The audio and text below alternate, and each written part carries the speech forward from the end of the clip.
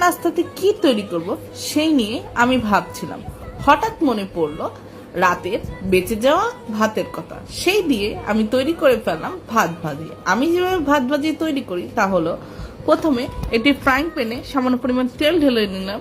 এবার তাতে সামান্য পেঁয়াজ কুচি দিয়ে দিচ্ছি, সেই সাথে 2 টেবিল চামচ ঘি দিয়ে দিচ্ছি এবং কয়েকটি কাঁচামরিচের ফালি দিয়ে তা ভালো করে নেড়ে চেড়ে নিচ্ছি। এবার পেঁয়াজটি যখন লালচে কালারের হয়ে আসবে তখন আমি ভাতগুলোকে দিয়ে দিচ্ছি। এবার অল্প একটু পানি দিয়ে পেঁয়াজের মিশ্রণের সাথে নেড়ে চেড়ে নিচ্ছি। এবার আমি এখানে আলু ভাজি করে রেখেছিলাম, তা দিয়ে ভালো করে তা নেড়ে চেড়ে নিচ্ছি।